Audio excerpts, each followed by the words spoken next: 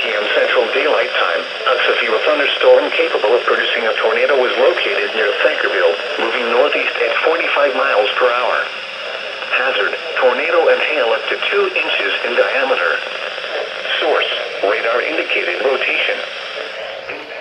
Flying debris will be dangerous to those caught without shelter.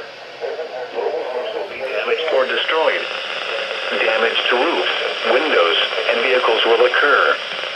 Tree damage is likely.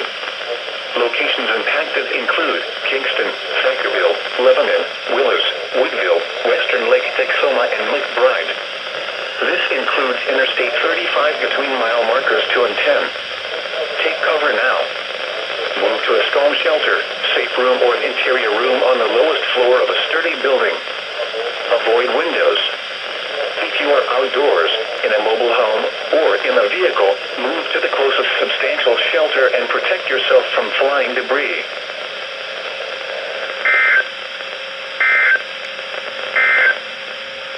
The severe thunderstorm